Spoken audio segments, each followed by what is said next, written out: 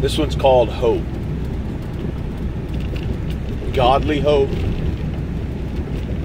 or worldly hope. And how to tell the difference between the two. How to know what is godly hope. What is hope in the kingdom? What does hope actually mean when it comes to God? Well, when God speaks of hope, he speaks of an actual thing that's going to happen. There's a fact behind it, a principle behind it, a concept behind it that's actually driving the thing to happen. And what is that? That's the Bible. The Bible says to have hope in him. And so the idea of hope in God's kingdom is to know that whatever God said was going to come to pass. Now, this is where it gets a little bit tricky. It gets tricky when we begin to see and know what God desires to do, but yet then we decide that taking the wheels to get there, we will drive the car. We will begin to take the wheels and begin to steer the car. We will begin to go the way that we feel necessary to get where we want to go. How do we get there? We know where God wants us to end up, but yet how are we going to get there? And hope in the Bible sense means, for one, to sit back and allow God to steer the car. But so often our mind tells us that we've heard the voice of God and he's told us where to go, but yet we have not yet heard where God has said to go, and because of our lack of impatience, we decide to grab the wheel. And then as we begin to steer the car and realize that we know where we want to go, but for some reason the car is going the opposite direction.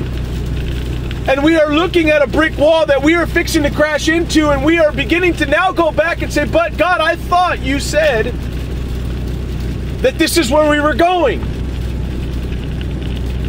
I thought you said that we were headed this way. I don't understand, God. If we're going this way, why am I not even in the going the right direction? How do I turn this thing around?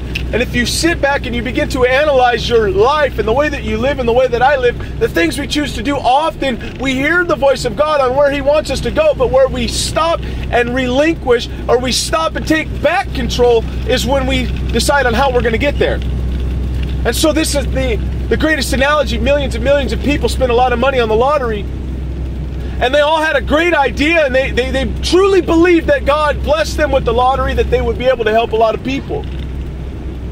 And I'm not saying that they would or they wouldn't have. But here's the problem. God still wants to bless you with finances so that you can help people. But if you felt like getting the lottery was the way that it was going to come, you now are left with an empty feeling, and you have just perverted the idea that God gave you. If God told you that he was going to bless you and you thought it was going to come through the lottery, and yet it didn't come because it was your own idea, he still plans on blessing you.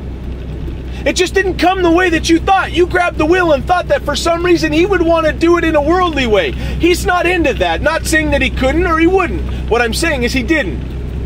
Why? Because he still has a plan and a purpose, and that plan and that purpose will run through him, will run through his ways. So we have to then go back and ask ourselves, how many times in our lives do we know where God wants to take us, and we have the idea and we have the thoughts, and I mean, we're passionate about it, and it's all there. We know where we want to go because he has spoken, but yet he has not told us how to get there. And because of our impatience and our lack of prayer, we begin to take on the idea that we could somehow figure out how to get the car over there for God. And I will assure you of this, that God is not interested in the destination as much as he is in the journey. The purpose for God to tell you where to go is so that you can enjoy the ride on the way there. He wants to take you a certain way, down a certain road, and yes, sometimes that road is rough. Sometimes that road doesn't make sense. I go back to the many stories throughout the Bible. Many stories throughout the Bible. There are many stories outside of the Bible that demonstrate this very same thing, but one of the most profound stories in all of the Bible to best describe this method is with Joseph. God gave Joseph a dream, and he said, Joseph, I'm going to exalt you. It was very clear. Multiple dreams. He gave him dreams on even how it was possibly going to happen. It wasn't, totally understood, but it was very clear that God had a plan and a purpose to get Joseph to a place of being at the top. Joseph then maybe, just maybe, felt like it should have happened right away, or if he could then begin to steer the car a little bit, and then not knowing that God's ways and God's methods of getting Joseph where he wanted him to be was going to look a lot different than what Joseph had in mind. So what did he do? He put Joseph in a pit. And he even made it more difficult, more complicated, because then Joseph goes into a pit and gets sold into slavery, gets bought by the Potiphar. As he begins to get bought by Potiphar, he begins to serve in the palace. Things are starting to look up again. He begins to see that, you know what, maybe this is the dream. And God said, wait a minute, I think you've lost sight of the vision that I gave you. This is not part of the dream. And then you see him be removed from a scenario and placed somewhere else in a prison cell. Now, this is not making any sense. I assure you, maybe not written in the Bible, but don't tell me for 1 second that Joseph, being an ordinary man, did not get the thought of like, whoa, this is not what was in the dream. But it was in the plan. And see, sometimes you get told where to go, but the plan on getting there is the part that God wants to mold you into the person that's going to change the world. He wants to mold you through that process. That way, when he puts you in the position, you've already been through the fire. Because so often we ask for the position, but never for the fire. We get put in a position and then we see so many people fail because they didn't have to walk through anything to get there. But those that have to walk through much will honor the title they're given with the highest regard when they get there. And so you see Joseph, he comes out of the prison cell. You all know the story. He comes out of the prison cell to be exalted, to be placed in second command over the whole kingdom. And yet, what was the greatest test he was going to have to face? He'd been through it all. God had carried him through so much. So he knew to trust in God at this point. But then you see when the brothers show back up. You see, even at the point of being exalted to the king, God was still not done making him the man that he wanted him to be. Even at the point when he had received the reward of his suffering, when he had gotten to the place where God had given him what he promised, he was still not done with the fire. And yet the greatest test came not when he went to prison, but when he had to face those that did all this. And the Bible is very clear that there was some emotions involved. But Joseph's response, because of being molded in the fire, he had learned to trust in God. Because of being molded in the fire, he was able to stand before them and say, you didn't know what you were doing, but God did. And so we go back to the place of understanding of what is hope. Hope is in the dream that God gave you, not in the road it takes to get there. Remember, God has already promised you something. You will get it if you will stay the course. You will get it if you stay the course and relinquish the will and say, God, not my will, but yours. So as you begin to see that God is going to take you down a road that you're probably going to be unfamiliar with, it's probably not going to make a lot of sense, but I assure you it will mold you into the one that can handle the final test that's going to come your way when you finally do get exalted. Because God is always molding us. He is always building us. He is always shaping us to be the women and men of God that he's called us to be. So remember, hope. Hope in what? What God has told you he's going to do.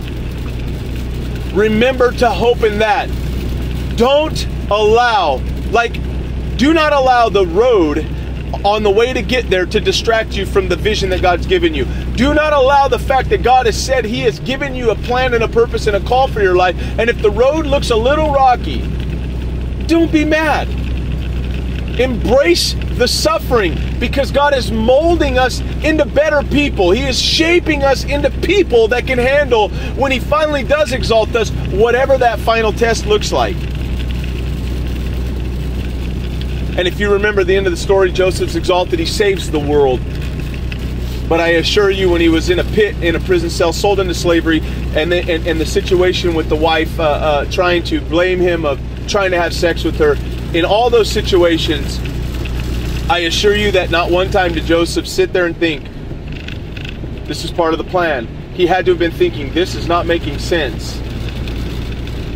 But he did not lose sight of what God had said. In the midst of things not making sense, he said this, I know that God is faithful, and I know that God is true. And no matter what's going on around me, I know God has a plan and he has a way. And I may not understand what's going on, but I do understand that God is faithful. Now, if Joseph would have taken the steering wheel and began to try to steer the car himself. Who knows where he would have ended up? We can elaborate, we can try to figure it out, but I know this to be a fact. If he would have taken the steering wheel, he may have gotten there. It would have taken a lot longer. Maybe he would have gotten there after the famine and many people would have died. Learning to let God lead you from the beginning is the key to this thing. And hope is this. Hope is simply knowing that what God said is going to happen. It is not a wish. It is not an idea. It is a knowing that what God had promised is going to happen. And then faith comes in. And when faith comes in to back your hope, you begin to stand on what you've been told. And you then receive the rewards for your suffering. Just like Christ on the cross knew the way, had to let God steer the car. The car, I'm sure, dude, was that was a rough road through the whole walk. But in the end, Jesus regained what was once lost. He gained back that which he loved so dearly because he let the Father steer the car. Remember that. Hope is a good thing. And false hope, how will you be able to tell the difference? Very simple. If you feel let down, if you're ever in a moment and your idea feels like the lottery, it lets you down, you feel kind of downtrodden because you had all these ideas, that was your own idea. How do you know when it's God? Because not a lot makes sense, but it feels right. Not a lot makes sense, but it feels right. So remember, hope is not a wish. It's a God-given gift to drive you to do something because you know where he wants you to go. You just don't know how he wants you to get there. Have a great day.